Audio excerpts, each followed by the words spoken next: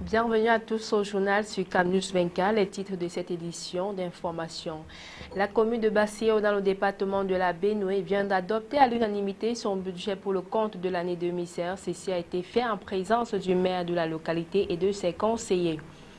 Transport aérien, bientôt le décollage des MA60 dans les villes de Bafoussam et Ngaoundéré. L'annonce a été faite par le directeur général du Cameco, Jean-Paul Nana Sandjon. Une fois de plus, bienvenue au journal. Transport aérien, suspension des activités de la compagnie aérienne Aqua 2C, connue sous le nom commercial Flauca Minter. Le ministre des Transports vient de signer un communiqué précisant cette décision. Voici à présent l'intégralité de cet acte administratif publié sous forme de communiqué de presse. Le ministre des Transports informe l'opinion nationale et internationale que les activités de la compagnie aérienne Aqua 2C, qui entend opérer sous le nom commercial de Flauca Minter, sont suspendues à compter du 24 mars 2016 pour non-conformité à la réglementation en vigueur. Le ministre des Transports tient au strict respect de la présente décision. C'est signé du ministre des Transports, Edgar Alem-Ebengan.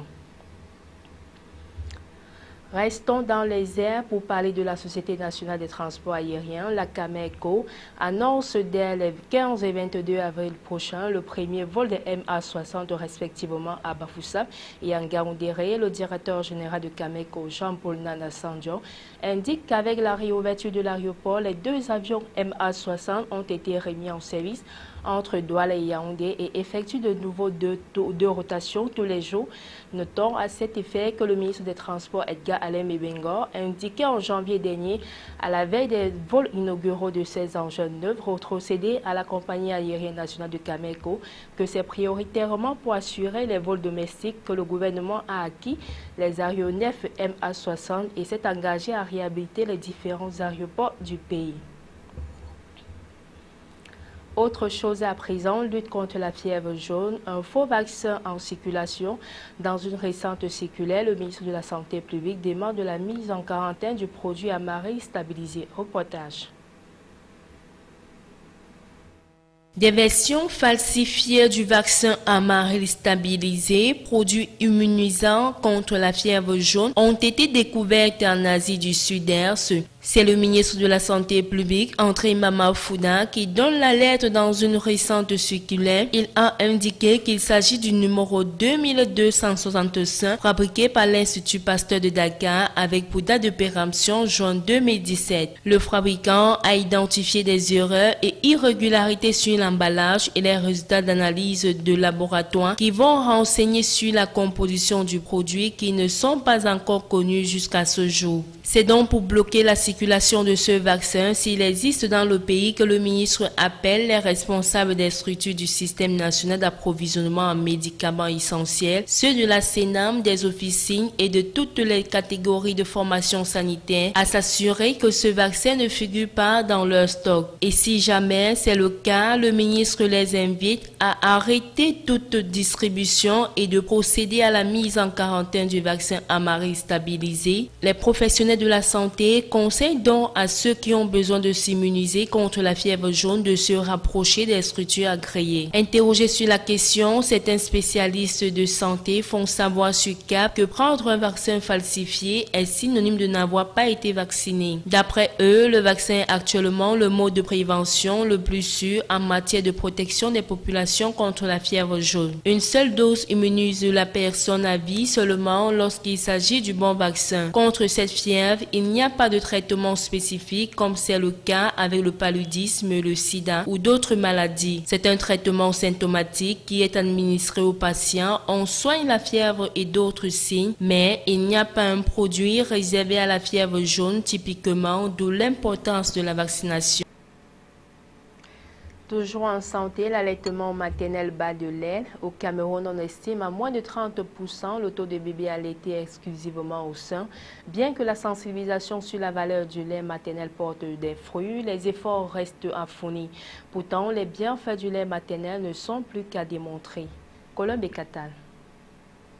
L'allaitement maternel est un droit de l'enfant et comme tel, il doit être protégé et encouragé. Cette injonction est particulièrement applicable dans les pays en développement. Au Cameroun, environ 30% des bébés bénéficient aujourd'hui d'un allaitement maternel exclusif, un taux prometteur par rapport à celui des années 90 qui était seulement de 4%. Des efforts en matière de sensibilisation sur les bienfaits de l'allaitement sont louables, mais il reste encore beaucoup à faire. D'après l'UNICEF, chaque jour, 3500 vies pourraient être sauvées dans le monde si tous les nourrissons étaient exclusivement nourris au sein durant les premiers mois de la vie. Au terme des comptes, cela représente plus de 1,3 million de morts qui pourraient être évitées chaque année. En effet, les premières tétées contiennent une substance produite par la mère que l'on appelle le colostrum. Ces premières gouttes de lait ont une couleur jaunâtre, mais elles sont particulièrement riches en cellules extrêmement actives sur le plan immunologique et en anticorps maternels. Les bébés allaités vont moins souvent à l'hôpital et ont moins d'otite, de diarrhée, d'éruptions cutanées, d'allergies que les bébés nourris au biberon. Le lait maternel protégerait également des maladies respiratoires. Les dernières découvertes confirment que le lait maternel est meilleur que toute autre sorte parce qu'il favorise chez l'enfant l'acceptation d'aliments nouveaux. Ce lait-là contient aussi des facteurs de croissance qui aident l'intestin à se développer. Il est riche en vitamine A qui protège les yeux et réduit les risques d'infection. Il stimule enfin l'évacuation des selles, ce qui permet d'éliminer rapidement le méconium qui encombre les intestins du nouveau-né. Selon une étude, les adultes qui ont été nourris au sein pendant les 7 à 9 premiers mois de leur vie ont un QI plus élevé que ceux qui ont été allaités au biberon. Bien que certaines mères soient face à des contraintes socio-professionnelles, il est requis pour le bien-être des bébés l'allaitement exclusif au lait maternel pour au moins une année. RDPC, la tenue d'un congrès confirmé, l'annonce a été faite par le secrétaire général adjoint du comité central au week-end dernier. Des précisions dans cet élément de la rédaction. Une incursion dans les archives du RDPC révèle que les dernières instances ordinaires en la matière s'étaient tenues les 15 et 16 septembre 2011 au Palais des Congrès de Yaoundé. Le Rassemblement démocratique du peuple camerounais en avait profité pour renouveler ses instances dirigeantes, notamment le bureau politique et le comité central. Ces travaux avaient également permis de renouveler le mandat du président national du parti. Paul Biya s'était alors retrouvé face à un challenger, René Zenguele par ailleurs, membre du comité central. Aussi avait-on procédé à un toilettage des textes de base du parti. C'est au cours de ces mêmes travaux que le parti a procédé à l'élargissement de la base des électeurs des membres des bureaux des organes de base. Cette nouvelle approche qui donne désormais la possibilité à tous les militants, tous organes confondus, de participer à l'élection de différents bureaux du RDPC a été expérimentée lors des dernières opérations de renouvellement des bureaux des organes de base qui a eu lieu en fin d'année dernière. Autre innovation majeure, il y a eu la création d'une nouvelle structure, le bureau d'honneur qui a été pourvu de 25 membres à l'issue des travaux présidés par le président national Paul Biya. Depuis lors, le RDPC a fait face à un certain nombre d'échéances. Il y a eu l'élection présidentielle remportée par son président national face à 22 autres candidats lors du scrutin du 9 octobre 2011. Il y a eu la mise sur pied du premier Sénat de l'histoire du Cameroun en avril 2013 et quelques mois plus tard, le double scrutin législatif et municipal qui a vu le RDPC confirmer son leadership sur l'échiquier national. Il faut dire que depuis quelques mois, l'actualité au sein du Rassemblement démocratique du peuple camerounais est dominée par les nombreux appels à la candidature du président national pour la prochaine élection présidentielle. Celle-ci est normalement prévue en octobre 2018. Mais certains militants du parti appellent notamment à une anticipation de ce scrutin, même si les dispositions statutaires en la matière sont pourtant très claires lorsqu'elles indiquent que le président national est le candidat du parti aux élections présidentielles. S'exprimant dans les médias nationaux le week-end dernier, le secrétaire général adjoint du comité central, Grégoire Ouna, a confirmé la tenue d'un congrès du RDPC cette année. Tout reste donc attendu en ce qui concerne l'ordre du jour de ces travaux, mais aussi la forme qu'ils pourront prendre. S'agira-t-il d'un congrès ordinaire ou d'un congrès extraordinaire? Toutefois, l'on sait que le mandat des membres des différentes instances désignées lors du congrès de septembre 2011 arrive à expiration dans les prochains mois, au même titre que celui du président national du parti qui est de 5 ans. Les prochains mois s'annoncent donc riches en événements pour ce parti qui semble animer au gré de ses activités la scène politique nationale et dire que le RDPC donne le ton et les autres suivent la cadence. La commune de Basseo dans le département de la Benue a tenu le lundi 28 mars sa session ordinaire consacrée à l'examen et l'adoption du compte administratif. Les organes délibérants ont donné quitus sommaire pour sa gestion. Ainsi, le compte administratif défendu par le maire Soaïbo a été adopté à l'unanimité par les 25 conseillers municipaux de cette collectivité territoriale décentralisée. Les détails avec Jusqu'à Aman Bonnier et Eric Ticheux. Les conseillers de la commune de Basseo, dans le département de la Benue, dans une atmosphère sereine, ont apprécié le compte administratif et le compte de gestion du maire Soaïbo pour 2015, pour une prévision budgétaire de 224 123 775 000 francs CFA, augmenté des autorisations spéciales de transfert de l'État à hauteur de 158 865 185 francs CFA, portant ainsi le budget à la somme de 382 988 960 francs CFA. Celui-ci est réalisé à hauteur de 325 399 719 francs CFA, soit un taux de 84,96% en valeur relative. Des chiffres adoptés à l'unanimité par les conseillers municipaux pour qui l'accroissement considérable de cette recette par rapport aux autres années prouve que le plan d'action de la commune est en bonne marche.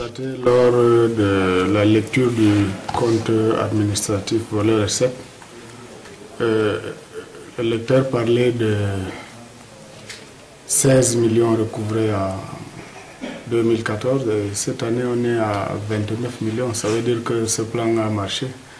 Donc il y a eu 12 millions quelque chose, 12 millions 900 pratiquement de plus par rapport à l'année dernière. Rien n'est suffisant, mais beaucoup de choses ont été mises en place. On a eu à construire 2 blocs de 2 salles de classe. C'est ce que la mairie n'a jamais connu depuis sa création. Et il y a eu le recrutement de 12 maîtres. On a recruté 12 maîtres formés qui sont dans différentes écoles les plus nécessiteuses. Les travaux se sont poursuivis avec la lecture et l'adoption des différents projets de délibération municipale du compte administratif présentés par le maire. Le tout était donc venu aux représentants du préfet du département de la Benue, Yaya Issa, sous-préfet de Basseo, de donner quelques conseils à l'exécutif communal et aux partenaires de la commune de Basseo pour qu'au prochain budget, cette somme connaisse encore une nette amélioration. Les projets réalisés, quant à eux, sont vérifiables à travers la construction des salles de classe, des dallos, des points d'eau, dotation des centres de santé en médicaments, des infrastructures scolaires et aussi la réfection des routes, toutes choses qui donnent fière allure à la commune d'arrondissement de Basseo. Voici la page étrangère avec l'AFP. Révision constitutionnelle enterrée, François Hollande l'a annoncé lui-même ce matin. Les députés et les sénateurs ne sont pas parvenus à tomber d'accord sur un texte commun. Les discussions ont achoppé sur l'article 2, sur la déchéance de la nationalité. Le congrès de Versailles n'aura pas lieu. Défi réussi hier soir, tant pour les Bleus qui ont battu les Russes en match amical, 4-2, que pour la sécurité du Stade de France qui a été clairement assurée. Vidéosurveillance renforcée, sniper aux 4 coins du stade, parcours RER stade encadré, un test grandeur nature avant l'Euro 2016. Le stade accueillera le match d'ouverture du championnat d'Europe le 10 juin contre la Roumanie. À Paris, un campement de 400 migrants a été évacué ce matin. Installés sous le métro Stalingrad dans l'est de la capitale, les réfugiés ont été emmenés dans des centres d'hébergement. Cette opération est la 18e organisée à Paris en moins d'1 an. La Birmanie est officiellement entrée dans une nouvelle ère.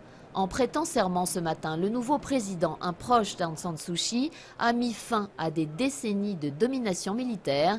Aung San Suu Kyi sera quant à elle à la tête d'un super ministère comprenant notamment les affaires étrangères. Il était célèbre pour son franc-parler et ses coups de gueule. Le chroniqueur gastronomique Jean-Pierre Coff est mort. Il avait 78 ans. Les hommages se multiplient dans le monde médiatique pour saluer celui qui a livré un combat sans merci contre la malbouffe. Fin du journal, merci de votre aimable attention. L'information est en continu sur CAN News 24.